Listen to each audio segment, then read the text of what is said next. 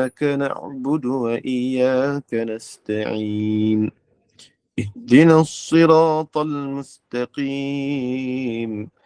صراط الذين أنعمت عليهم غير المغضوب عليهم ولا الضالين.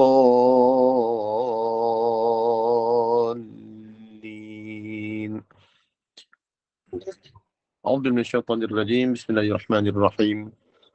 الحمد لله رب العالمين، والصلاة والسلام على أشرف الأنبياء والمرسلين سيدنا ونبينا وحبيبنا وشفيعنا وزخرنا ومولانا وقدوتنا محمد المصطفى صلى الله عليه وسلم وعلى آله وأصحابه أجمعين. اللهم يا مقلب القلوب، ya Allah, Engkaulah ya Allah yang boleh membolak-balik hati kami. Sabit qulubana ala dinik, tetapkan hati kami daripada hati yang penuh kelalaian kepada hati yang penuh ketaatan, daripada hati yang penuh hasad kebencian kepada hati yang penuh rahmat dan kasih sayang. Allahumma ftah alaina, bukakan ke atas kami hikmataka, hikmah dan kebijaksanaan kepada kami. Wansur alaina, dan limpahkan kepada kami wahai Allah min khazain, dari segala sudut khazanah rahmatika, rahmat kasih sayang kepada kami. Ya Arhamar Rahimin, wahai Tuhan yang Maha Pengasih lagi Maha Penyayang. Rabbi syrah li sadri wa yassir li amri wahlul 'uqdatam min lisani yafqahu qawli. Wa sallallahu ala sayyidina Muhammad wa ala alihi wa sahbihi wa sallam. Walhamdulillahi rabbil alamin. Wa ba'du. Assalamualaikum warahmatullahi wabarakatuh. Alhamdulillah, bersyukur pada Allah dengan nikmat yang telah dikurniakan oleh Allah Subhanahu wa taala, kita dapat sambung lagi buku, iaitu dalam kitab Begitulah Rupanya Kisah Nabi Adam. Kisah Nabi Adam. Okey, cerita kali ini dia menceritakan tentang tajuk yang seterusnya, iaitu bisikan, iaitu samalah tajuk yang lepas, iaitu bisikan iblis menyebabkan aurat Nabi Adam dan Hawa diperlihatkan. Okey.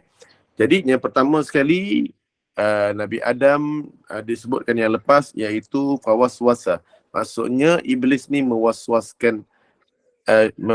syaitan ini mewaswaskan Adam dan Hawa untuk makan buah larangan tersebut. Okey, sebenarnya isu aurat yang disebutkan dalam ayat Quran ini, dia ada panjang cerita dia dari segi tafsir dia. Kita bacakan secara terperinci lah, slow demi slow. Mungkin tak boleh settle, ataupun kita baca sedikit pemahaman kita tentang apa makna aurat yang dikatakan terdedah. Bagaimana aurat, adakah baju dia terlucut, lepas makan tu terlucut terus baju dia, sebagainya. Maka kalau kita buka secara keseluruhan cerita dia, maka kita akan faham. Oh, begitu. Jadi bagaimana boleh faham? Okey. Dengan tajuk dia pun, oh begitulah rupanya kisah Adam. Okey, jadinya daripada pertama sekali Allah Subhanahu wa taala meletakkan dalam Al-Quran perkataan waswasa lahuma syaitanu liyubdilahuma wa ma wuriya anhuma min sawatihima wa qala ma nahakuma rabbukuma an hadhihi asy-syajarah illa an takuna malakaini aw takuna minal khalidin. Okey, pertama sekali syaitan ini kerja dia mewaswaskan dengan cara apa? Dia nak suruh makan buah larangan tersebut. Sehinggalah akhirnya lepas makan tu terdedahlah auratnya. Okey, kita faham tak? Memang tak boleh faham. Jadi bila kita memahami konteks, lepas dia makan lalu terdedah aurat, kan tak faham macam mana. Jadi kita kena baca tafsir dan pemahaman dari segi huruf dia tu. Okey. Jadinya saya terus sambung, iaitu Allah telah menyebut nama iblis. Pertama sekali, Allah tak sebut nama iblis dalam ni. Allah sebut fawaswasalahuma syaitan. Allah dah sebut nama iblis dengan nama syaitan. Mula-mula ingat tak? Allah sebut dengan iblis. Qala ya iblis. Tapi tiba-tiba kali ini, bila tahu bahawa syaitan iblis punya perangai, maka Allah tak gelar dengan nama dah. Allah gelar dengan perangai syaitan. Apa makna syaitan? Siapa yang tahu sebelum ni kita belajar apa makna syaitan? Okey, boleh dapat apa makna syaitan? Syaitan adalah maknanya dari perkataan syatana. Syatana tu maknanya jauh. Jadi syaitan ini maknanya dia jauh, bukannya ba'id. Ba'ida maknanya jauh juga. Tapi ba'idah ni jauh. Contohnya, rumah saya jauh. Rumah saya jauh dengan masjid. Contoh. And baiti ba'id minal masjid. Contoh. Rumah saya jauh daripada masjid. Sebut bait ataupun kita sebut ba'id. Maksudnya jauh. Tapi kalau syaitana ini atau syaitana ini, dia jauh juga. Tapi dia jauh dari segi benda yang disebut implikasi yang buruk. Ataupun satu sudut makna jauh daripada benda baik. Maksudnya disebut sebagai perkara yang negatif, iaitu jauh daripada benda baik. Syaitana ni maknanya jauh, tapi lebih khusus kepada makna jauh yang disebut sebagai jauh daripada benda-benda baik. Benda-benda baik. Okey, boleh faham tak maksudnya apa? Okey, jadi itu syaitana. Jadi makna syaitan itu maknanya satu sifat yang jauh daripada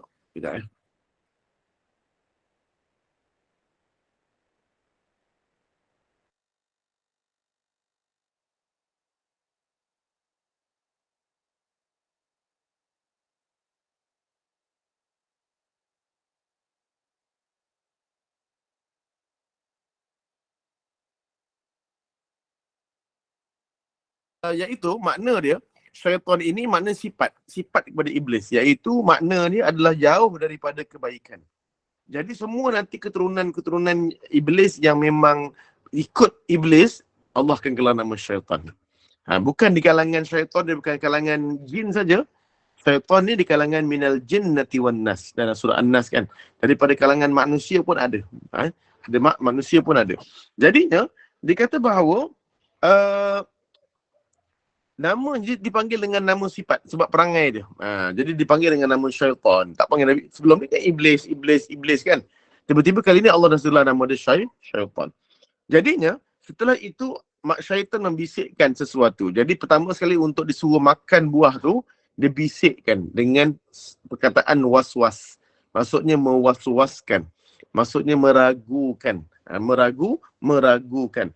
Oleh itu, Allah menukarkan namanya dengan sifatnya, iaitu syaitan. Bisikan ini merupakan satu ilham dan inspirasi yang ditiupkan oleh syaitan kepada Adam dan juga Hawa. Kepada Nabi Adam alaihissalam dan juga Sayyidatina Hawa. Perbuatan itu juga merupakan suatu bentuk percakapan yang berterusan. Maksudnya dia berterusan menghasut. Maksudnya bukan sekali, bukan 2 kali, bukan 3 kali. Bukan 10 kali. Maksudnya berterusan. Itu hebatnya. Ada sedikit kehebatan iblis. Ataupun kita tengok dia punya kelebihan, dia tak pernah menyerah. Sebab tu dia jadi orang yang hebat sampai hari ni. Sebab tu dia jadi satu makhluk yang hebat, walaupun kufur lah. Tapi hebat dia apa tau? Dia tak pernah mengalah. Maksudnya berterusan menghasut. Walaupun benda tu memberi kesan sedikit je. Tapi tak apa, dia akan masukkan lagi. Walaupun benda tu kesan dia macam hampir tak ada. Sikit. Tapi walaupun kesan dia sedikit, dia tetap juga meneruskan untuk menghasut. Walaupun kesan dia ribuan tahun. Mungkin ratusan tahun. Baru berubah. Baru berubah. Okey, insya-Allah. Okey, Kak Salkiah ada pertanyaan ke? Kalau nak angkat tangan tu. Okey. Bisikan ini telah mengilhamkan ucapan iblis yang berterusan kepada Nabi Adam dan juga isteri. Maksudnya dia berterusan bercakap. Al-Quran ni menunjukkan bahawa iblis ni, syaitan ni berterusan. Tak berhenti-henti. Itu kelebihan dia lah. Bercakap terus. Lepas tu bahayanya orang yang selalu bercakap, tergoda dengan syaitan ni, dia akan terus bercakap. Sebab itu, manusia ni juga sama. Kita ni juga sama. Bila kita cakap dengan anak kita, mungkin 5 kali, 6 kali, 7 kali, 100 kali. Terus bercakap. Walaupun nampak macam tak guna. Kita bercakap ni macam tak ada guna apa-apa. Tapi sebenarnya kesan dia ada. Kesan kita bercakap ni ada. Walaupun berkali-kali. Okey, kita pernah lihat tak dalam Al-Quran? Siapa pernah mendengar dalam Al-Quran disebut wazakir? Fa inna zikra tanfa'ul mu'minin. Pernah dengar tak perkataan wazakir? Fa inna zikra tanfa'ul mu'minin. Maka berikanlah peringatan, kerana peringatan itu akan memberi manfaat kepada orang-orang beriman. Okey, disebut tentang perkataan wazakir. Dengan perkataan dia tak sebut wazkur. Ingatlah. Tetapi dia kata ingatkanlah, tapi disebut wazakir. Perkataan zakir itu sebagian ulama meletakkan bahawa ada sabdu adalah perkataan daripada perkataan fi'lut tikrar. Faham tak apa makna fi'lut tikrar? Fi'lut tikrar ni ataupun perbuatan yang menunjukkan berulang-ulang. Contoh saya orang yang saya daraba. Daraba maknanya memukul. Daraba maknanya memukul. Macam contohnya Ali kan, Ali daraba Yusuf kan. Ali daraba Yusuf. Ali telah memukul Yusuf. Tapi kalau disebutkan dengan perkataan Ali daraba Yusuf, Ali ni memukul Yusuf berulang kali. Maksudnya berulang kali. Ni fi'lut tikrar. Iaitu dia pukul ni berulang, bukan sekali. Bukan sekali. Maksudnya dia pukul berulang-ulang. Jadinya perkataan adalah perkataan disebut berulang-ulang. Jadi kat sini, wazakir itu bukan maknanya dan berikanlah peringatan. Contohnya kita dengan anak. Contohnya saya. Ada anak nama Humaira. Nama ada Asna, Muhammad Al-Fatih, Muhammad Al-Furqan. Walaupun nama berbalik-balik kadang. Muhammad Al-Falah dan Muhammad Al-Faruq. Jadinya, saya ni kan orang rumah, apatah lagi saya pun jarang lah kan beli di rumah yang melayan anak-anak ni biasa orang rumah. Jadi berulang-ulang tu kadang-kadang perkataan yang sama. Merah, jangan malas. Cepat sikit dah nak UPKK ni. Belajar begini-begini. Benda tu kadang-kadang berulang hampir hari-hari. Kadang-kadang dia punya maghrib tu, orang rumah ni dah macam kuliah maghrib dah. 40 minit berceramah. Macam dia lagi-lagi dah malam exam, dah macam Maulid Nabi dah. Maira Fatih dia punya bebelan tu dah macam ceramah Maulid Nabi ataupun kuliah maghrib. Saya kuliah maghrib di masjid, dia kuliah di rumah.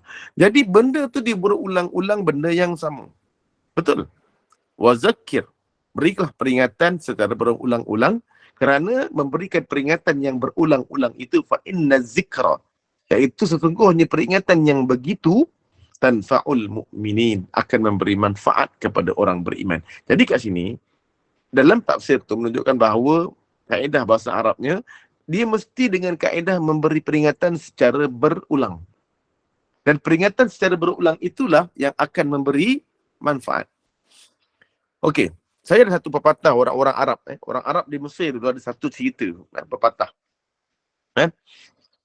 Satu pepatah, iaitu satu cerita, iaitu satu cerita tentang himar ataupun keldai, ataupun dalam bahasa English dipanggil donkey kan.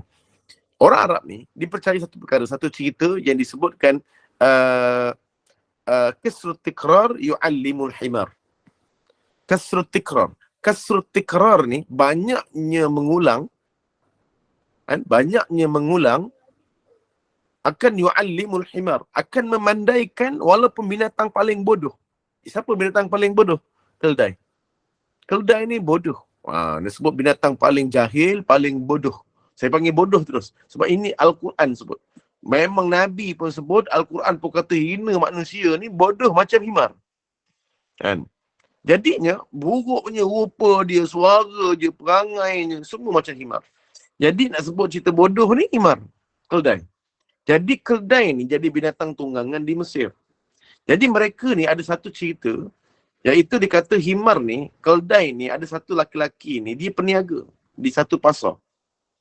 Dia ni menggunakan himar ataupun keldai dia untuk mengangkat barang-barang dagangan dia. Barang dagangan, barang perniagaan digunakan himar dan keldai ni. Lalu, bila satu hari, ada satu majlis, dia berulang-alik daripada tempat kerja dia ni mungkin dalam 10 km perjalanan ataupun 8 km. Jauh, dia kata satu perjalanan yang jauh, dia akan lalu jalan yang bersempang-sempang. Untuk sampai, mesti tahulah Mesir macam mana jalan dia. Bersempang, kiri, ke kanan, kiri, ke kanan. Lalu dia bawa kalah kerja ni. Satu hari, ada satu pesta di tempat dia ni. Ada satu macam keramaian dan keraian. Ada keraian macam di belakang rumah saya hari ni. Hari ni ada orang sambut birthday anak ada India kan. Ada India, bukan Muslim lah. Dia ada sambut birthday kat belakang. Dia pasang kemah besar. Tadi maghrib, dia pukul 8 lepas isyak tadi, pukul 9, dia apa main mercun ke atas. Dalam anak saya kat luar tengah santai kat luar tadi makan dalam dulang. Tengah makan dia main, dapat dia baru beli barang dia, baru beli mainan dia bergasing tu dekat laman tadi. Tahu tiba-tiba dia main mercun, dah santai betul lah daripada setengah jam dia main mercun. Itulah. Okey. Jadi nak sebut tentang okey. Kita ulang balik. Jadi jalan tu sempang. Bersempang siu kan. Jadi sampailah dia ni ada pesta. Saya kira ada pesta. Semalam tadi ada pesta. Pesta buat bising-bising. Saya ni positif je. Bila orang tu main mercun bising, kita keluar tengok mercun tu. Kan relax, tak payah tension, free, percuma. Jadi kalau kita tension, buat apa bising, tension ni tak ada. Jadi saya terpaksa masuk dalam. Saya kalau orangnya, bila orang main mercun, anak-anak saya suruh keluar. Tengok mercun tu. Bapak kau tak payah beli. Jadi tadi tengok video saya ambil lagi. Tepan mercun besar kan, macam hari hari tahun baru pula. Jadi sebab tu saya kena masuk dalam. Cuaca baik, alhamdulillah. Pak, dengar tak suara? Tu memang depan rumah tu, mercun besar dia. Okey. Ada muzik iringan, Ustaz. Itulah. Jadi positif je lah duduk kat kawasan taman. Ada buat perayaan tengok kan. Jadinya begitulah. Kita belum punya raya lagi dahsyat. Nampak? Okey. Jadinya kemudian ketika mana saat dikata bahawa perayaan tu dia dengan himar dia bawa, satu hari dia ada perayaan dekat tempat tu, ada pesta. Jadi dia punya barangan yang banyak dia bawa satu hari tu. Lepas tu dia berniaga lama balik lah sampai ke petang. Penat lah sebab ada perayaan. Dia penat dan dia kemudian dia pun balik. Barang pun dah habis. Jadi dia dapat naik atas himar tu. Atas keldai. Selama dia tak dapat naik sebab barang banyak. Jadi barang banyak dah habis. Lalu dia pun naik atas, di jalan-jalan dia letih. Lalu dia pun naik atas dia punya keldai. Dia naik atas keldai dia tu. Lalu dia ni satu masa tertidur. Pada awal-awal jalan dia dah tertidur. Dia tertidur ni. Tertidur sungguh. Macam kita lah. Naik kereta Tesla, tertidur. Habis accident tak accident. Jadi kalau kita ni tertidur waktu tu, lepas tu sampai satu masa dia terbangun dari tidur. Bila tengok keldai tu berhenti, dia terbangun, dia terkejut. Ya Allah, aku tertidur. Habislah aku, ke manalah keldai ni bawa aku. Tiba-tiba apa yang diperhatikan, dia berada kat mana masa tu? Cuma tiga. Dia ada kat mana masa tu? Masa dia terbangun. Tempat yang sama. Bukan tempat yang sama, tapi malahan dia berada di depan rumah dia. Dah sampai rumah. Maksudnya dia dah sampai di depan rumah dia. Sedangkan tempat dia punya pasar tu jauh dari rumah dia. Tapi apa yang dia terkejut bahawa keldai dia berjalan sendiri sampai depan rumah dia.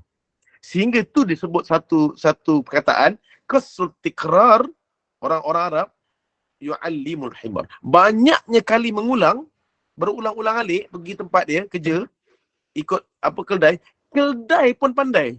Boleh faham tak? Nak sebut bahawa kalau benda banyak ulang ni bukannya Kak Amanira je boleh pandai, bukannya Khairul Fahmi boleh pandai, bukan Humaira je boleh pandai. Keldai yang bodoh tu pun boleh pandai. Jadi anak-anak kita lepas ni siapa kat sini yang belajar tak pandai-pandai, belajar tajwid tak pandai-pandai, masuk kelas tajwid, masuk master hadis, master tajwid, tapi baca Quran tak pandai-pandai. Lepas ni boleh beli poster atau print poster himar keldai tu besar-besar letak depan rumah, letak kat dalam rumah besar. Nanti tanya, tu kenapa tu gambar keldai besar-besar tu? Itu motivasi. Keldai ni walaupun bodoh, dia ulang-ulang pun boleh pandai. Aku ni manusia, dia ulang-ulang tak pandai-pandai. Siapa lagi bodoh? Keldai ke kita?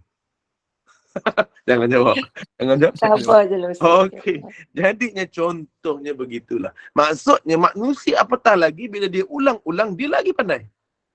Sebenarnya tak ada manusia yang ulang-ulang dia tak pandai. Kalau dia boleh tak menghafal, saya kelas talaki saya tak ramai. Mungkin ada dalam 20 orang ke 30 orang, saya pun lebih kurang tu lah kan. 20 ke 30 begitulah kelas talaki saya. Tapi kelas talaki saya ni ada ada tasmi' dan ada bacaan hafazan. Bacaan hafazan saya adalah Al-Muq. Itu lama dah. Daripada tahun 2016 Al-Muq. Daripada mana-mana masjid belum mula lagi Al-Muq di Johor, saya dah menceritakan tentang Al-Muq. Masa tu makcik-makcik sebut kadang-kadang tak tahu pun pasal Al-Muq. Malah yang dia tahu disebut pun salah. Surah Al-Muluk yang disebut. Nama sebut pun salah. Jadi masa tu suruh hafal. Dan masa tu saya pergi ke Perling, Masjid Perling, Dewan Mawar, saya suruh ngapal. Masa tu dia orang tak berapa sangat. Lepas tu saya pergi ke masjid, saya cakap satu-satu. Sampailah di Masjid Perling, ingat lagi. Saya membawakan kepada AJK tanya, Ustaz, boleh tak kita baca di masjid? Tu Perling tahun 2015, 2014 gitulah, di masjid.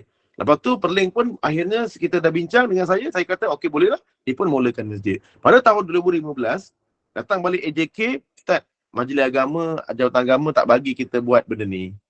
Tak bagi buat. Sebab dia kata tak sunnah membaca Al-Mulk pada waktu di masjid. Yang disunahkan baca di rumah. Berdiri di rumah sebelum tidur. Okey, tak ada masalah lah. Lepas tu berhenti dah dalam 2-3 bulan. Tukar kadi. Ini cerita besar lah ni. Tukar kadi Johor bertukar lah maksud tu. Tukar kadi. Tiba-tiba kadi yang baru ni suruh baca Al-Mulk. Alhamdulillah. Terus berterusan di tempat-tempat masjid. Ada 2-3 tempat yang saya suruh buat baca Al-Mulk. Sampai sekarang, saya tak tahu, Wallahualam.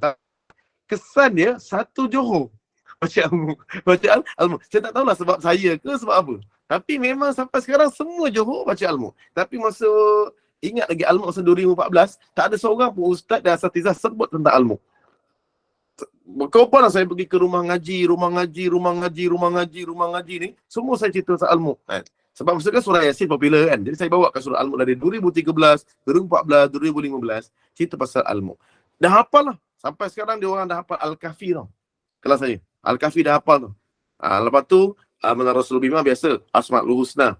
Dan kemudian sekarang ni tengah baca surah Yasin. Hafal surah Yasin. Ingat makcik-makcik ni dulu, waktu surah hafal Al-Mulk, Ustaz, kita orang dah tua, Ustaz. Oh, semuanya masing-masing jadi apa?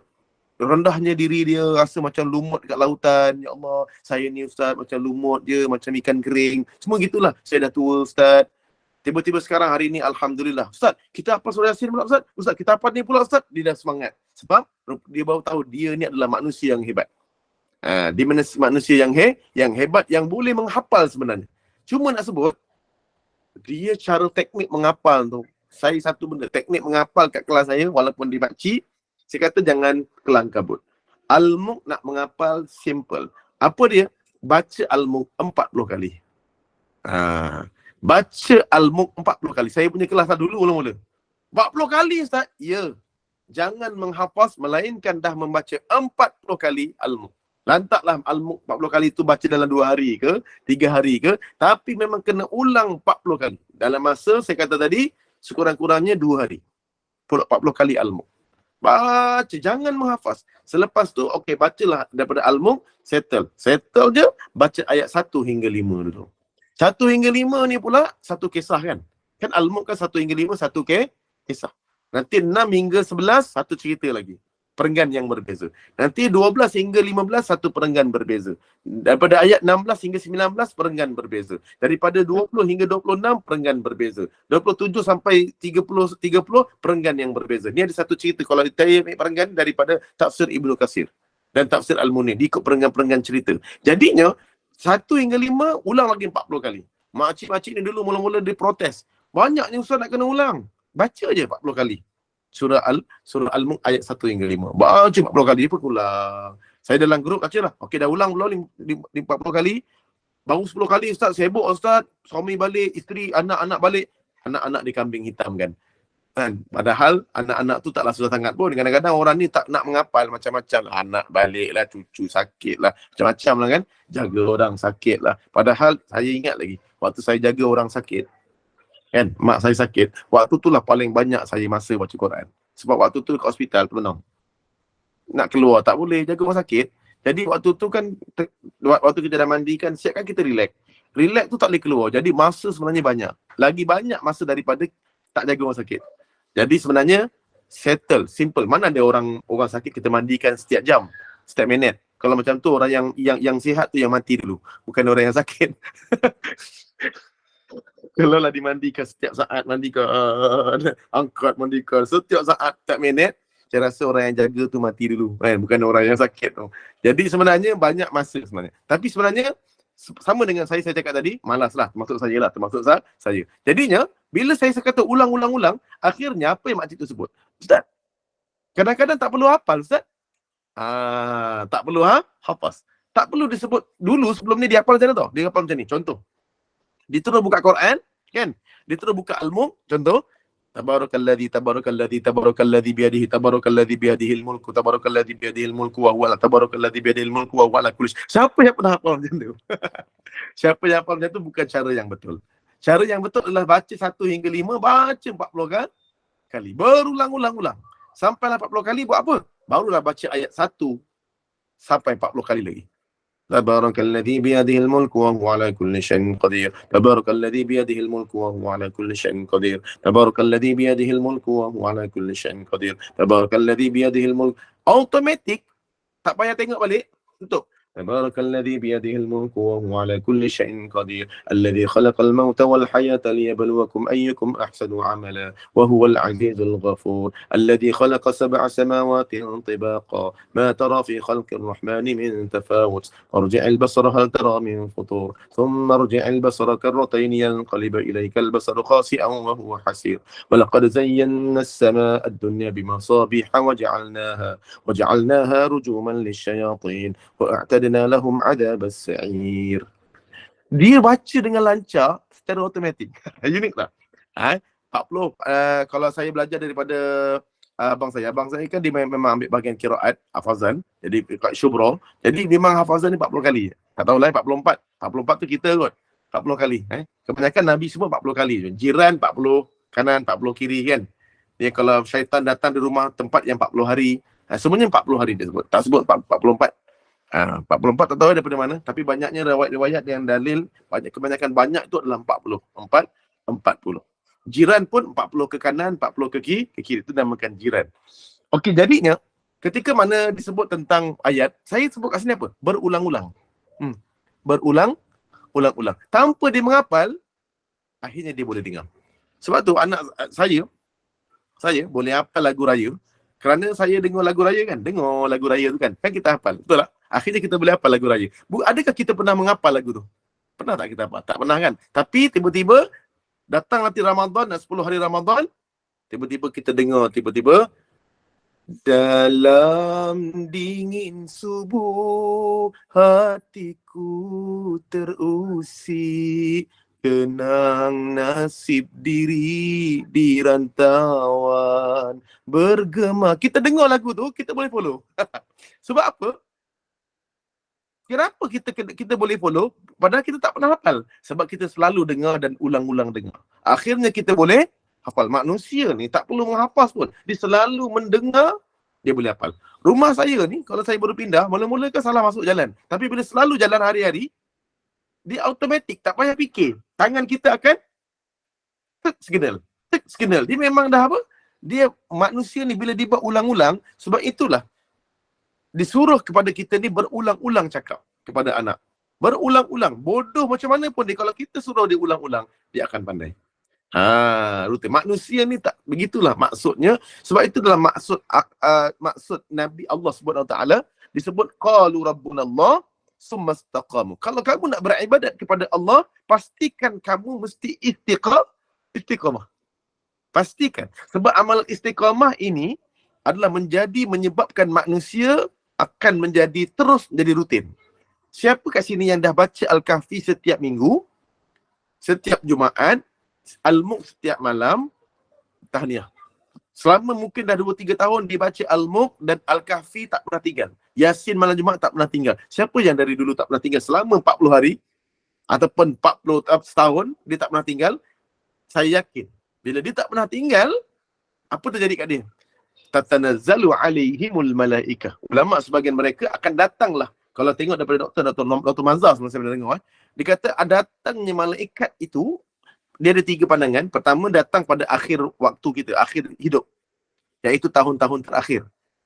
Ataupun yang kedua ketika sakaratul maut. Dan yang ketiga, pandangan yang paling kuat juga adalah malaikat turun ni, tatanazzalu alal malaikah ni, malaikat turun ni bukan turun untuk mendidik kita akhir waktu, tetapi turun kepada kita disebabkan istiqamah amalan tersebut, dan kemudian malaikat ini turun untuk menjaga amalan itu sehingga pastikan amalan itu akan dibuat sampailah mati, sampai akhir waktu dia. Sampailah akhir kita ni mati dalam keadaan husnul khatimah. Dan akhirnya ketika amalan itu akan menjaga manusia ni saat mana dia berada di pada saat sakaratul maut. Sakaratul maut, amalan apa dia? Istiqamah. Sebab itu Nabi sebut ambil yang sedikit dan ma tutiqun, hadis Bukhari, dan sesuai. Jadinya bila kita beramal selalu, apa yang terjadi? Saya pernah sekali, bukan pernah sekali kot, ada sekali tu saya terlupa baca Al-Kahfi. Bukan terlupa lah. Lalai. Itu lalai lah. Falatul hikum, saya pergi Pontian, saya makan-makan, lepas tu saya balik ke chalet tu, saya terlupa. Bukan terlupa, dia dapat ingat tapi lagi 10 minit nak maghrib. Allah, Kahfi, banyak lagi belum baca. Kalau tu gitulah. Saya pun baca, tengah-tengah baca tu, ingat lagi ayat yang terakhir. Tiba-tiba dah ayat terakhir tu, Allahu Akbar, Allahu Akbar. Solat maghrib masuk, Sabtu tu. Dah masuk Sabtu lah maksudnya. Maghrib, jadi Jumaat tu masuk. Lagi satu ayat tu je. Tengah baca ayat terakhir tu. Saya kata, Allah, tak dapat habis. Masa tu malam tu rasa macam, apa benda lah tak dapat. Dia rasa tak sedap hati. Faham tak? Sebab apa? Satu benda, saya pernah dengar saya punya ustaz lah. Dia kata antara nak tahu kita punya amalan lidah istiqamah, malaikat dah turun untuk jaga, kan? Kalau kita tak buat, kita rasa bersalah. Kita tak buat, rasa bersalah. Dia rasa macam, ni pernah sekali jumpa makcik kat jamaah tak apa, kampung Melayu. Saya jumpa dia, saya teringat dengan dia, saya mesti ketawa. Saya teringat pasal dia, saya mesti ketawa. Sebab dia lah orang yang paling kelakar sekali. Jemaah umrah dulu, jemaah umrah. Dia memang tak pernah tinggal Al-Kahfi. Tiba-tiba datang jumpa saya, Ustaz. Macam mana Ustaz? Masa jumpa lepas mayang subuh, solat subuh. Saya, Ahad masa tu, saya lupa baca Kahfi. Bukan lupa Ustaz, saya tinggalkan 2 muka surat. Lepasan nak baca. Lalu surat. Tiba-tiba, dia kata saudara datang lepas asar. Saudara datang, kan? Saudara datang, kita pun dah saudara datang berbual lah. Wow. Sampailah dah maghrib. Tadi pun balik, kita pun ambil lah pinggan, kan? Basuh. Masuk jihazan, Allah, dia kata, terlupa lagi 2 muka surat. Baru dia, itulah mungkin dia sebab faktor usia kot, kan? Faktor usia macam sinilah 60 tahun, saya terlupa tadi kan. Dia terlupa. Allah, dia terlupa. Bila dia terlupa, dia kata dia pun lepas maghrib tu dia pun semangat. Ambil Quran dia baca. Lepas maghrib. Dia baca habiskan 2 muka surat tu. Ustaz, soalannya dia kata. Soalannya lah. Adakah saya dapat minggu ni saya dapat cahaya? Itu soalan bernas dia. Adakah minggu ni saya dapat cahaya, Ustaz? Saya kata tadi tak apalah makcik. Ibu kesunat aja Al-Kahfi ni. Itulah Ustaz. Benda sunat kan Ustaz kan? Kan benda ni sunat. Kan? Makcik ibu dah istiqamah Ustaz. Benda ni sunat je. Cuma minggu ni saya tak tahulah sebab cahaya tu mesti dapat daripada ayat 110 dalam wahyu dibaca pada hari Jumaat. Kalau tak dapat baca pada hari Jumaat, wallahu a'lam, saya bukan Nabi, kan? Jadi tapi cuma ibu jaga-jagalah, kan? Jaga kesihatan. Kalau demam makan Panadol sebab makcik kalau mati, ibu kalau mati tak ada cahaya minggu ni. Tak ada jaminan cahaya. Jadi kena jaga kesihatan. Iya makcik tu. Makcik tu lagi, ya ke Ustaz? Allah, dia kata lagi takut. Saya nak sejukkan hati dia. Ingat, jaga kesihatan, bawa kereta jangan laju. Sebab tak ada cahaya ni. Nak mati minggu depan, saya kata. Minggu depan ada cahaya. Hati-hati cik, dia lagi risau. Padan muka dia. Tak apa, suka lupa. Okey. Perempuan susah nak istiqomah dapat 40 hari. Direct Ustaz. Tapi tu tak apa. Itu dah cerita lain lah tu. Itu cerita yang dia dah apa. Tapi makcik tu dapat. Bonda Rosni dapat tu. 40 hari. Yang tak dapatnya admin lain je. Okey. Bonda modal semua dapat tu. 40 hari betul-betul. Okey, insyaAllah. Okey. Itu cerita tu kena faham sini lah. Kena faham kenapa dia dapat, ada yang tak dapat. Okey. Itu faktor usia lah. Okey, jadinya bonda tu saya nakir dia dah nak kat 65, 68 dia dapat lah tu. Dia dapat istiqamah. Cuma saya dah sebut bahawa dia rasa bersalah sampai di mesej saya balik. Ustaz, risau pula lah minggu ni. Kenapa tak baca Kahfi? Saya kata tak apalah cik, jangan mati. Kan minggu lepas kan tak mati kan? Minggu ni semua juga tak mati. Saya kata. Saya betul-betul suka kenakan ibu tu kan. Okey Wallahualam. Jadi lepas tu minggu depan dia terus baca. Ustaz, dia lepas subuh, ingat lagi. Waktu malam tu Jumaat yang depan, malam Jumaat, lepas baca Yasin Ustaz, Ustaz, saya dah baca Yasin siap, dah baca apa? Saya baca Kahfi. Lepas Yasin saya baca Kahfi terus. Semangat malam Jumaat depan. Malam tu dah baca. Saya kata bukan baca siang ke? Afdal kan baca siang. Yelah, Afdal baca siang. Cuma Imam Munawi kata, start baca malam Jumaat pun boleh. Malam Al-Munawi, Imam Munawi, Syekh Munawi menyebut, malam Jumaat baca Kahfi, lepas tu separuh, esok pagi sambung separuh pun boleh. Dah boleh dah, tak ada masalah. Tapi afdalnya baca lepas subuh. Cuma, makcik tu, ibu tu, dia mesej dengan saya, Ustaz, dah, lepas maghrib tu, lepas Yasin, saya terus baca Al-Kahfi. Semangat, takut lupa. Saya nak bagi tahu, apa kehebatan dia? Sebab dia berulang-ulang baca. Berulang-ulang baca sampai dia rasa bersalah, tak dapat habiskan Al-Kahfi. Saya nak sebut hebatnya istiqamah.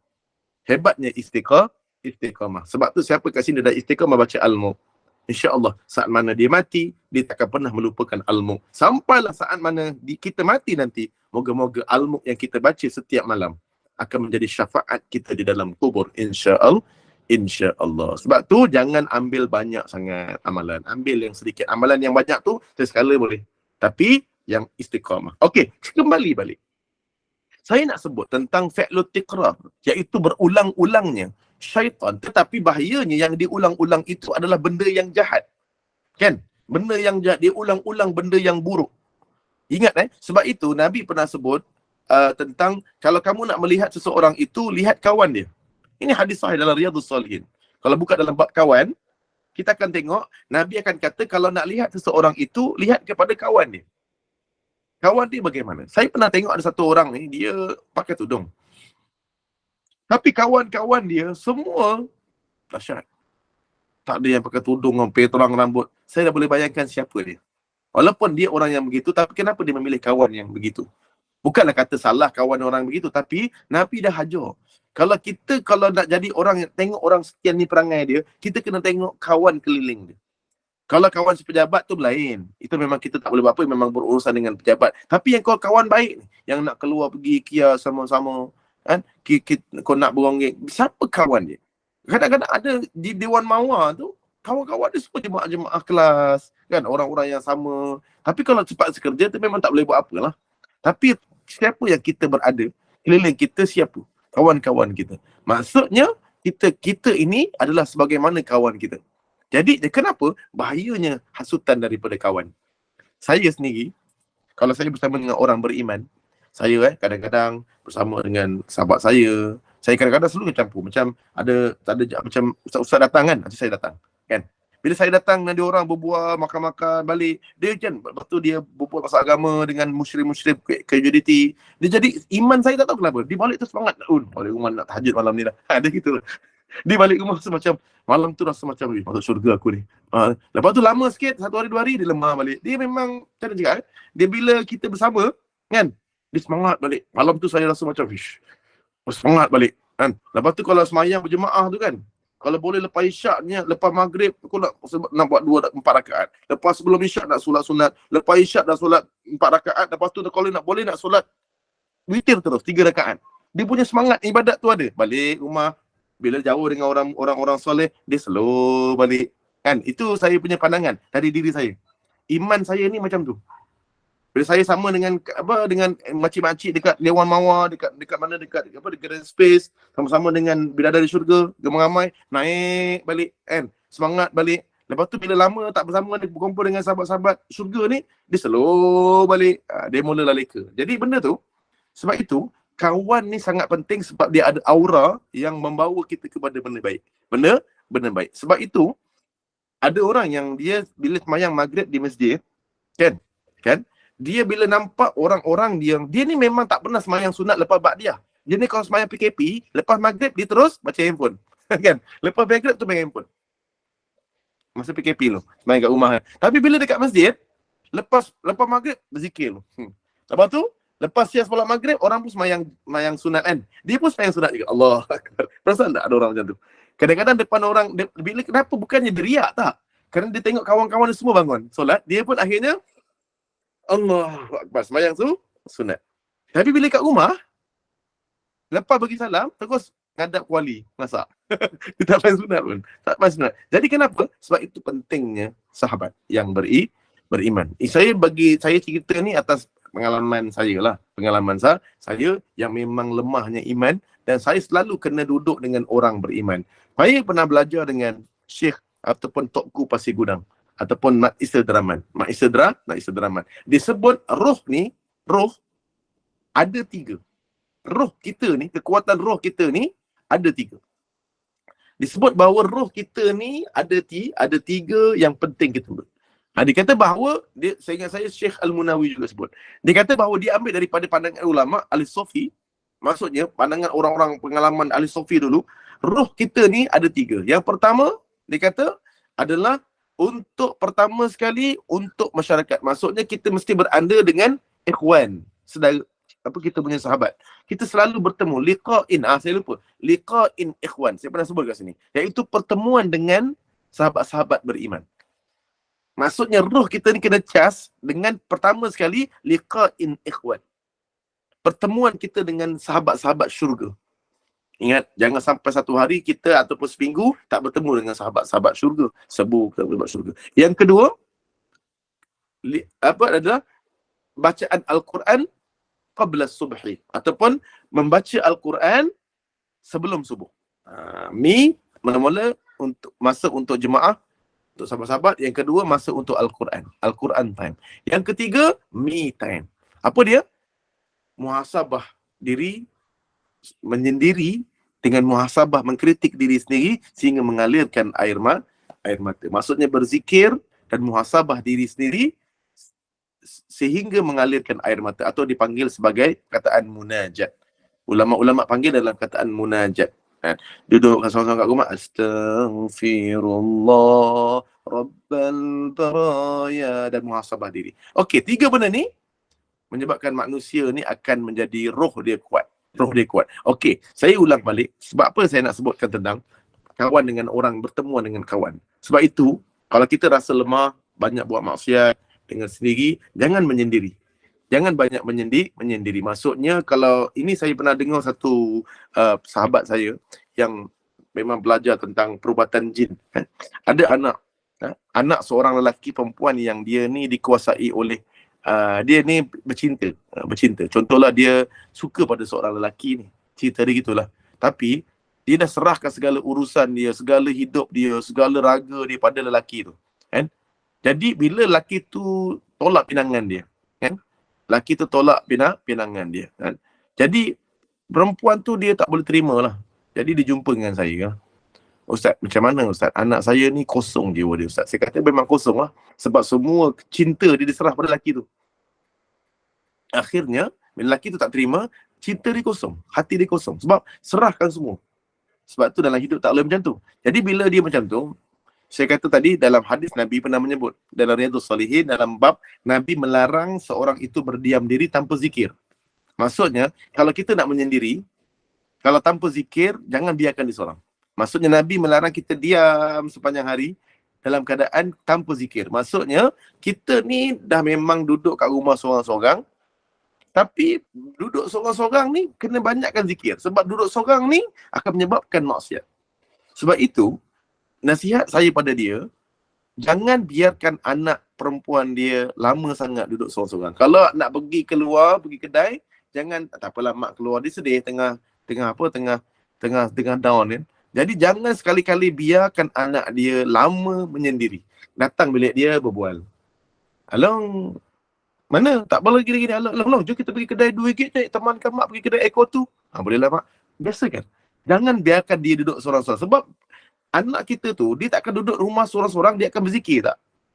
Sebab tu benda tu akan datangkan satu hasutan syaitan. Sebab jiwa di tengah kosong. Saya pernah belajar, kalau bukan dalam bab jin, syaitan yang akan duduk mencangkung jiwa yang kosong. Cangkung dalam hati dia. Syaitan bila duduk jiwa yang kosong ni, sangat bahaya. Jadinya, syaitan tak akan dapat masuk dalam hati manusia yang jiwa dia kuat. Jiwa ni kuat dengan apa? Ini yang saya belajar dengan syekh saya. Ingat, dikata kalau untuk duha, solat duha, tu untuk bagikan kita ni orang yang tak stres. Hidup tak stres. Tenang, hikmah, banyak idea. Okey. Tapi kalau untuk khusus masalah perempuan tadi tu, yang dia jenis tension, kan? Dia tengah sedih, hati kosong, hati dia tengah lemah. maka solat yang paling layak bagi dia adalah tahajud.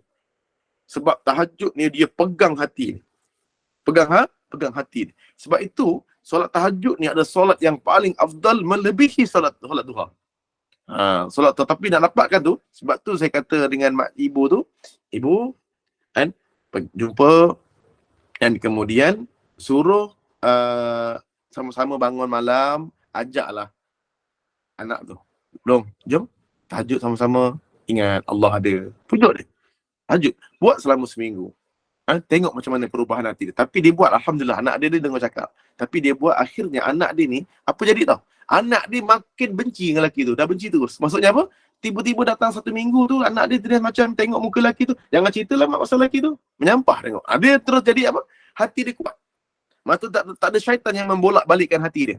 Saya pernah satu orang ni, dia bolak-balik. Kadang-kadang benci, kadang-kadang suka. Kadang-kadang benci, kadang-kadang suka. Hati ni kan muqallibal qulub, berbolak-balik. Dia macam nak lagi lelaki tu. Bila lelaki tu dah kahwin pun, dia masih tengok gambar lelaki tu. Kan dia macam masih lagi. Jadi kalau tahajud ni, dia kuatkan hati. Lepas tu dia istikharah ke, kuatkan hati, maka ketika tu Allah kuatkan hati dia. Syaitan tak dapat masuk untuk bolak-balikkan hati dia lagi. Jadi hati dia kuat. Kalau dia dah mula tak suka, dia akan tak suka lah. Jadi senang. Bila dah tak suka kan senang. Orang ni kalau dia masih lagi sedih sebab dia masih suka lagi tu. Saya paling kelakar ayat, tapi bukan ayat orang perempuan ni lah. Saya ayat satu video dia. Dia kata apa? Saya mak, kenapa? Saya tak boleh hidup tanpa dia. Ceritalah. Saya tak boleh hidup tanpa lelaki tersebut. Padahal baru kenal 2 tahun. Saya tak boleh hidup tanpa dia. Padahal umur kau berapa sekarang? 22. Kau kenal dia umur dia pun 20 tahun. Habis daripada 1 hingga 20 tahun tu kau boleh hidup? Macam mana pula? Benda pelik je. Benda pelik je. Kan? Daripada dia tak boleh hidup kerana tak ada lelaki tu.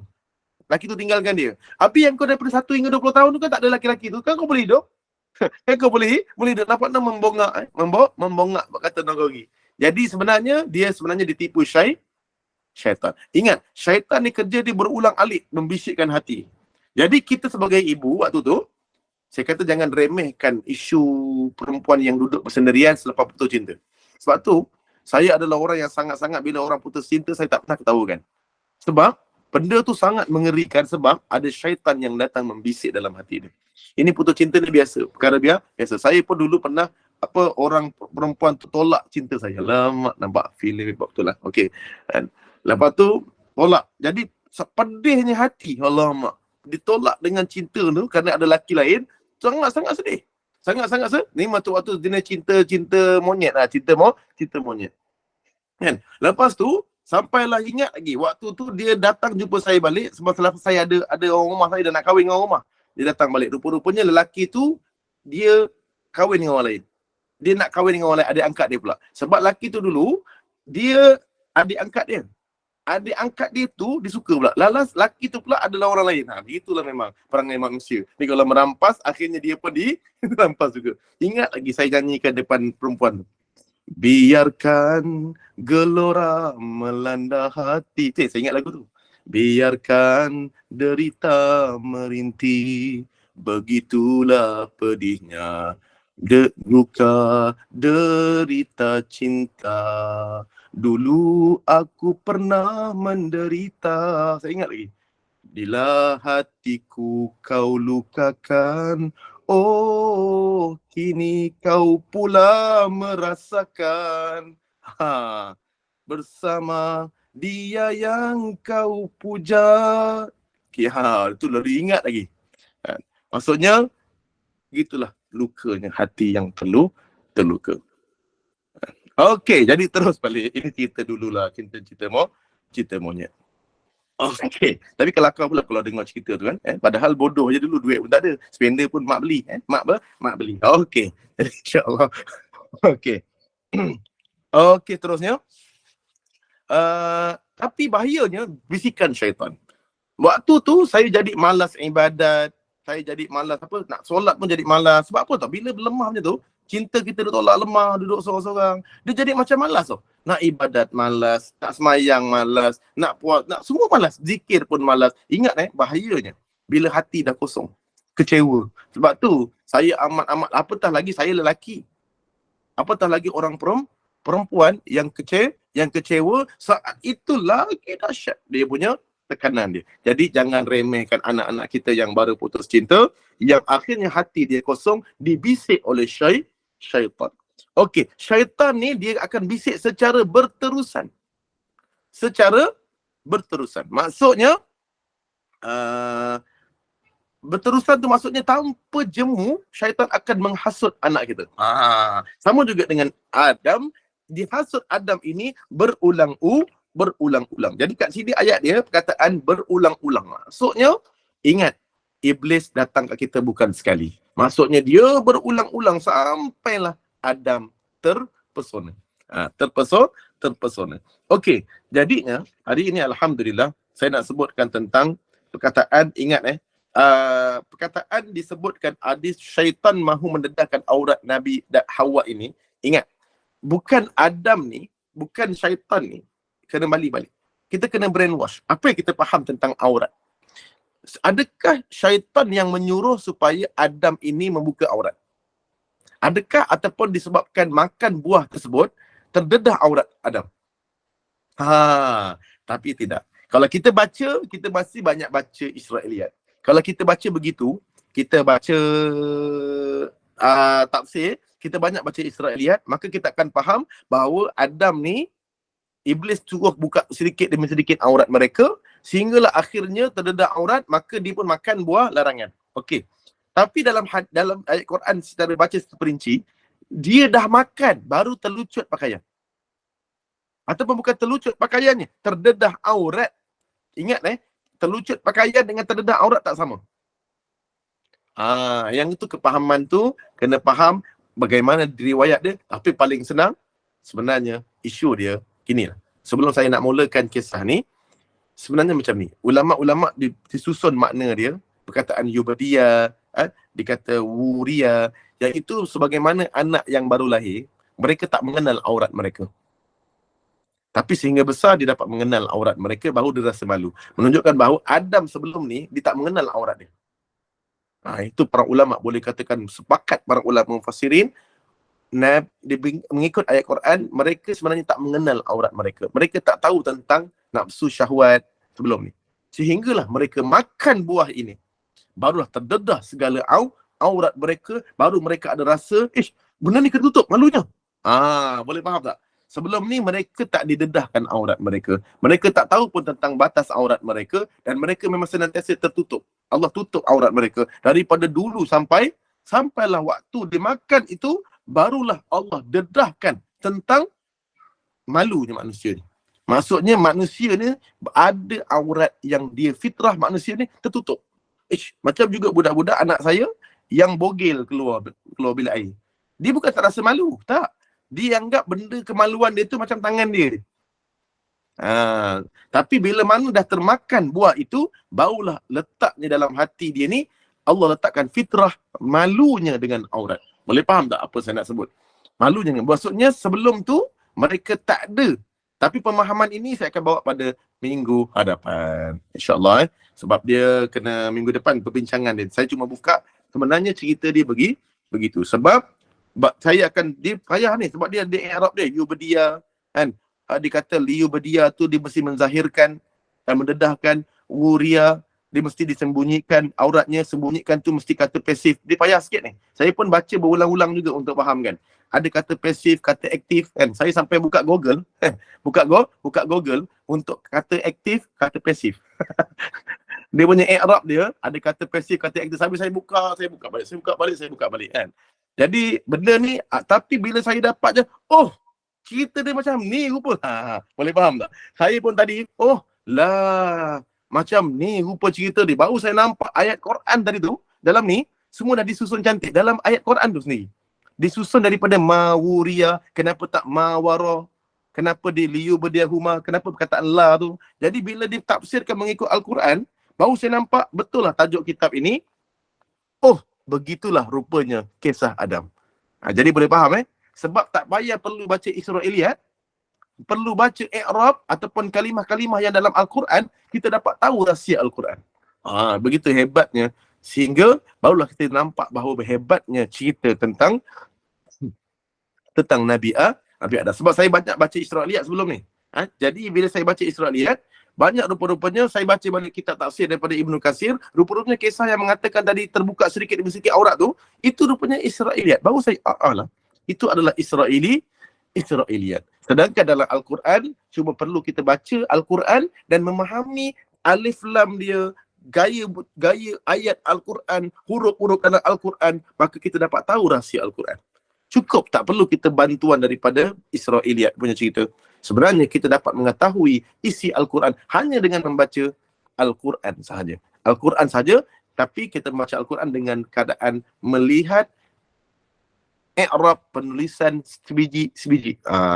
Sebiji. Jadi insya-Allah moga-moga kita dapat ilmu pada hari ini. Yang minggu itu akan datang. Cuma hari ini syaitan kerja dia berulang-ulang menghasut. Maksudnya, ingat, syaitan bukan satu benda yang cepat berputus asa. Dan Adam pula bukan dia diwaswas dalam keadaan hari ni cakap, terus buat. Tak.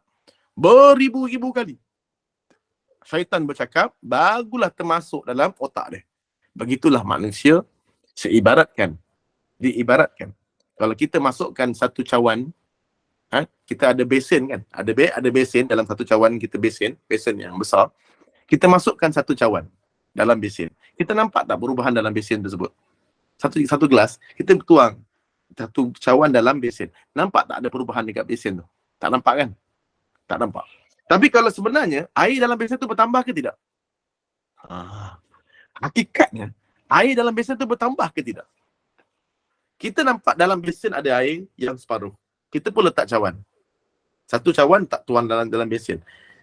Dari segi nampak depan mata kita secara materialnya adalah nampak tak air itu naik. Tak ada kesan kan? Satu cawan je. Tapi hakikatnya, air itu bertambah tak? Hakikatnya bertambah. Bayangkan kalau kita letak 1000 cawan. Kita buat naik cawan, naik. Lama-lama air itu bertambah. Jadi itu di antara perkataan. Jadi insya-Allah itu di antara. Saya belum baca lagi. Ada orang bagi salam kat saya. Saya nak jawab. Kod-kod ada. Jadi ya Allah. Okey. Jadinya insya-Allah Assalamualaikum Ustaz. Waalaikumsalam Kak Rafiah Yaakob. Mak Jah Halijah. Assalamualaikum Ustaz. Waalaikumsalam. Okey. Maknanya Ustaz, bila kurang pengulangan atau belajar tiada mengulang, salah satu punca tak dapat ilmu. Betul? Betul. Sebab tu Nabi akan sebut berulang-ulang. Admin. Surah Tabarakallah. Dan sebahagian besar surah-surah dalam Masjid Selangor, alhamdulillah, dan KL pun dah baca Al-Mulk selepas Isyak. Alhamdulillah. Okey. Akak JNI semua dah hafal surah Al-Mulk. Alhamdulillah. Moga-moga akak ke bonda? Cuba cepat bayangkan. Akak ke bonda? Akak. Okey. Jadi bonda-bonda semua dah hafal surah Al-Mulk, dan akak-akak semua dah hafal surah Al-Mulk. Alhamdulillah. Alhamdulillah. Jadi insya-Allah rugi tak hafal Al-Mulk, sebab Nabi tak sebut tentang hafaz. Nabi sebut lawadittu. Aku harap sangat di dalam dada-dada umatku terdapat Al-Mulk. Maksudnya Nabi nak dalam dada ni. Dalam dada ni dah ada Al-Mulk. Maksudnya moga-moga semua ada Al-Mulk. Jadinya admin pun terbaik, sensitive on time. Okey, insya-Allah. Alhamdulillah. Syukur pada Allah. Jadi pengaruh orang keliling. Okey, tak ada lagi Okey, alhamdulillah. Okey, wallahu a'lam, tak ada lagi. Okey, tak ada apa-apa yang saya nak baca. Okey. Saya cuma sebut hari ini mengulang. Ingat itu saja. Dalam Al-Quran mengulang. Jadi kalau dalam ilmu pun sama, sebelum exam kita kena buka balik buku untuk baca balik. Mengulang banyak kali. Tak pandai pun tak apa. Mengulang banyak kali. Hari ini orang bisnes boleh hebat. Kenapa? Kerana dia mengulang benda yang sama buat. Jatuh naik balik. Lama-lama dia hebat tak? Hebat. Dia tak buat benda baru, dia buat benda yang sama berulang-ulang. Samalah akhirnya orang akan menjadi hebat, bukan kerana ilmu, bukan kerana hebatnya, tapi kerana dia mencari ilmu itu secara berulang. Buat benda itu secara berulang sehingga keldai pun boleh pandai. Tetapi yang paling bahayanya, anak kita mendengar hasutan syaitan hari-hari. Tapi kita cakap dengan anak kita, kadang-kadang seminggu sekali je nasihat. Boleh faham Jadi, kena banyakkan nasihat lebih daripada bisikan syaitan. Maksudnya kita kena selalu menasihat anak, menasihat orang keliling kita, lebih banyak, lebih kerap, lagi baik. Ingat, wazakir berilah peringatan secara berulang-ulang, fa inna dzikra tanfa'ul mu'minin. Dan sesungguhnya peringatan yang berulang-ulang itu memberi manfaat kepada orang beriman. Jadi wallahu alam. Jadi insya-Allah kita sambung pada masa-masa yang akan datang. Al-Mulk dah baca ke belum? Oh, belum lagi Okey. Okey, jadi insya-Allah kita baca taubat nasuha ni. Moga-moga dengan taubat ini maka moga-moga Allah ampunkan dosa-dosa kita. Kita munajat, ingat liqa'in ikhwan, bertemuan dengan sahabat orang beriman. Yang kedua, membaca Al-Quran sebelum subuh. Yang ketiga, pastikan ada munajat setiap hari. Setiap hari paling tidak pun muhasabah diri sendiri, kritik diri sendiri, komen diri sendiri sebelum kita dalam keadaan hari-hari mesti lakukan. Dan ulama kata cara munajat itu dengan caranya berzikir, dalam keadaan berzikir sehingga mengalirkan air mata. Dan ulama-ulama susun macam mana berzikir untuk mengalirkan air mata. Jadi ulama pun mikir yang Nabi sebut. Dia berzikir kan ada 7 naungan kan, 7 orang yang dapat menaungan, iaitu dia menyendiri dan dia berzikir sehingga mengalirkan air mata. Kan pelik. Macam mana tu? Jadi ulama-ulama fikir, Imam Syafi'i, macam mana berzikir, muhasabah sambil mengalirkan air mata. Jadi terciptalah munajat. Munajat. Sebab tu zikir munajat ada lagu. Ada lagu. Sebab tu dia buat Astaghfirullah Rabbal Baraya. Sebab apa? Dengan lagu ni kadang-kadang boleh menyentuh Cuba bayangkan kita baca Astagfirullah waktu sebelum subuh. Astagfirullah. Kita boleh nangis tak? Menangis juga sebab mengantuk. Mengantuk. Keluar air mata. Keluar air mata. Sebab tu banyakkan kita berzikir dan memunajat pada waktu malam sehingga kita boleh mengalirkan air mata. Jadi insya-Allah semua bersedia untuk membaca Al-Mulk dan buka muka surat Al-Mulk yang sesedia untuk kita lepas berzikir dan baca Al-Fatihah. Saya tak buka soalan. Saya tak buka soalan sebab masa pun telah mencemburui saya sebagaimana isteri saya mencemburui saya. Nak cerita soalan minggu depan. Minggu depan sekali lagi kita akan bersama, baru kita masuk tajuk dia. Jadi insya-Allah sama-sama. Astaghfirullah Rabbal Baraya. Astaghfirullah minal khataya. Astaghfirullah Rabbal Baraya. Astaghfirullah minal khataya. Rabbi zidni ilman nafi'an wa wafiqli amalan makbula wa wahabli rizqan wasi'a wa tub alayya taubatan nasuha wa tub alayya taubatan nasuha. Siapa yang tutup? Tak tutup ni? Tutup mic. Astaghfirullah Rabbal Baraya. Astaghfirullah minal khataya. Astaghfirullah Rabbal Baraya. Astaghfirullah minal khataya.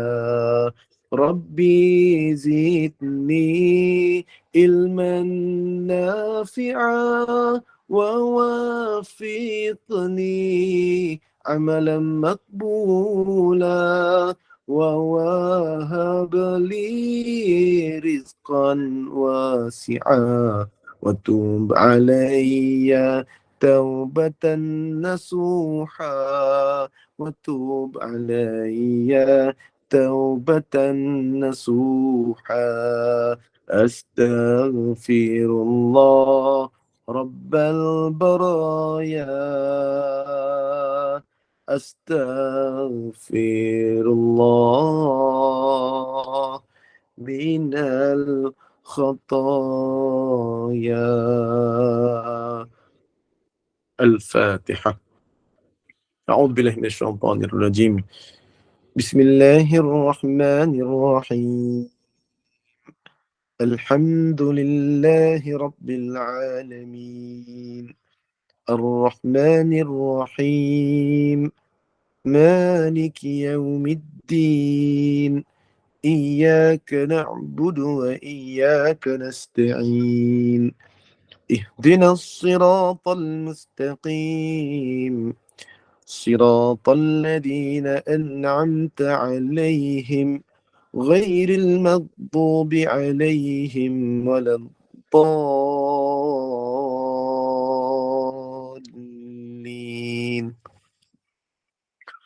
بسم الله الرحمن الرحيم. تبارك الذي بيده الملك وهو على كل شيء قدير، الذي خلق الموت والحياة ليبلوكم أيكم أحسن عملا وهو العزيز الغفور، الذي خلق 7 سماوات طباقا، ما ترى في خلق الرحمن من تفاوت، فارجع البصر هل ترى من فطور، ثم ارجع البصر كرتين ينقلب إليك البصر خاسئا وهو حسير، ولقد زينا السماء الدنيا بمصابيح وجعلناها رجوما للشياطين، وأعتدنا لهم عذاب السعير، وللذين كفروا بربهم عذاب جهنم وبئس المصير، إذا ألقوا فيها سمعوا لها شهيقا وهي تفور، تكاد تميز من الغيظ، كلما ألقي فيها فوج سألهم خزنتها ألم يأتكم نذير، قالوا بلى قد جاءنا نذير فكذبنا وقلنا ما نزل الله من شيء إن أنتم إلا في ضلال كبير، وقالوا لو كنا نسمع أو نعقل ما كنا في أصحاب السعير،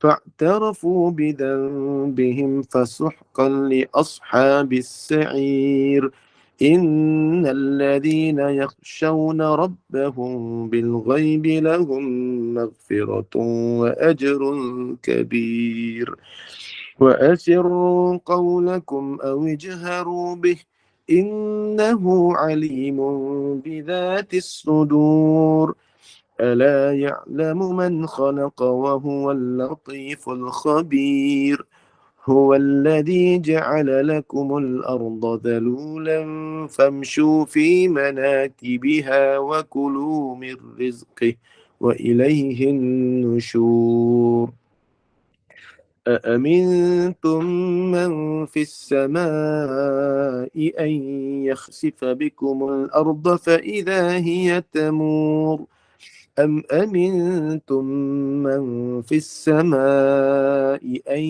يرسل عليكم حاصبا، فستعلمون كيف نذير، ولقد كذب الذين من قبلهم فكيف كان نكير، أولم يروا إلى الطير فوقهم صافات ويقبض ما يمسكهن إلا الرحمن إنه بكل شيء بصير، أمن هذا الذي هو جند لكم ينصركم من دون الرحمن إن الكافرون إلا في غرور، أمن هذا الذي يرزقكم إن أمسك رزقه بل لجوا في عتو ونفور، أفمن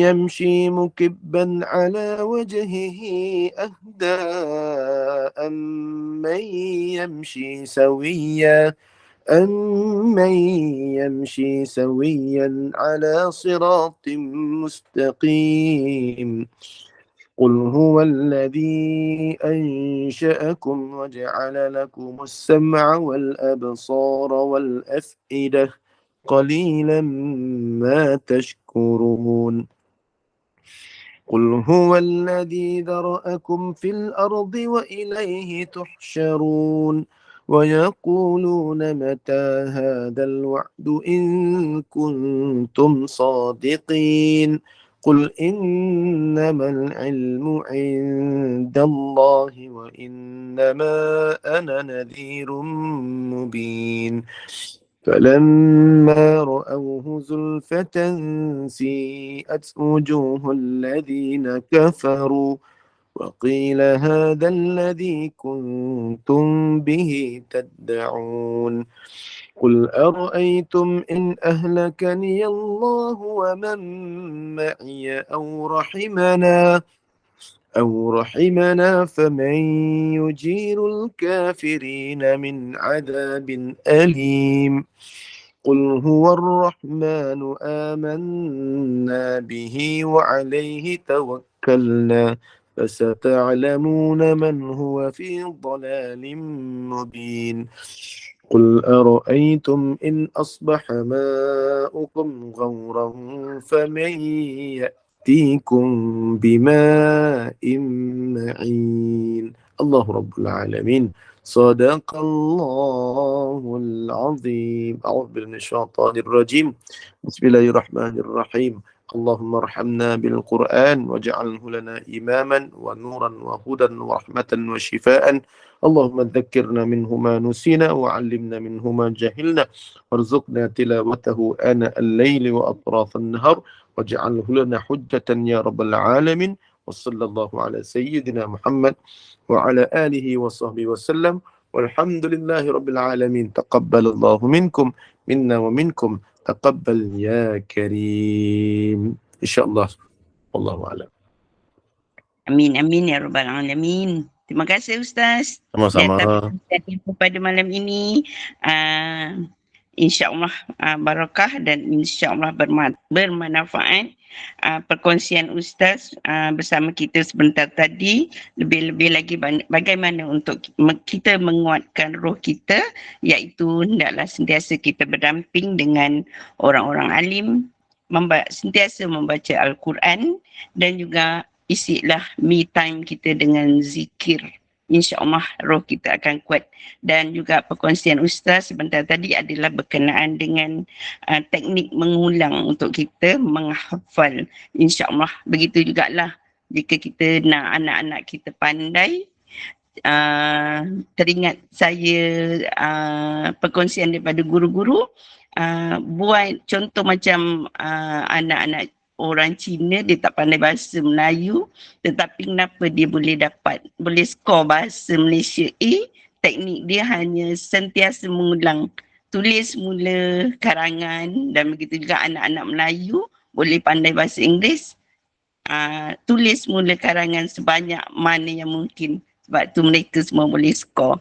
Itulah namanya teknik mengulang seperti yang Ustaz beritahu sebentar tadi. InsyaAllah semoga bermanfaat dan barakah untuk kita semua untuk menghafal ayat-ayat Al-Quran. InsyaAllah. Dan jangan lupa bersama dengan Gemma Nur Iman untuk 3 kuliah esok pada hari Minggu, iaitu kuliah subuh bersama dengan Imam Muda bagi bacaan Yasin dan Tahlil, kuliah Duha bersama dengan Ustaz Nazri bagi tadabbur surah Ali Imran, dan kuliah Maghrib bersama YAA Datuk Haji Abbas bin Nordin untuk hak-hak wanita dalam undang-undang di Malaysia. InsyaAllah kita akan bertemu esok, dan mohon Ustaz tutup dengan tasbih kafarah dan juga surah Al-As untuk kuliah pada malam ini, dan insyaAllah kita akan bersama Ustaz lagi pada hari dan waktu yang sama untuk menyambung perkongsian ilmu kita sebentar tadi. Dipersilakan Ustaz. Assalamualaikum warahmatullahi wabarakatuh. Subhanakallahumma wa bihamdika asyhadu an la ilaha illa anta astaghfiruka wa atubu ilaik. Bismillahirrahmanirrahim. Wal 'asr innal insana lafi khusr illa alladhina amanu wa 'amilus solihat wa tawassaw bil haqqi wa tawassaw bis sabr. Aqulu qawli hadha wa astaghfirullahal 'azim li wa lakum wa lisairil muslimina wal muslimat wal mu'minina wal mu'minat.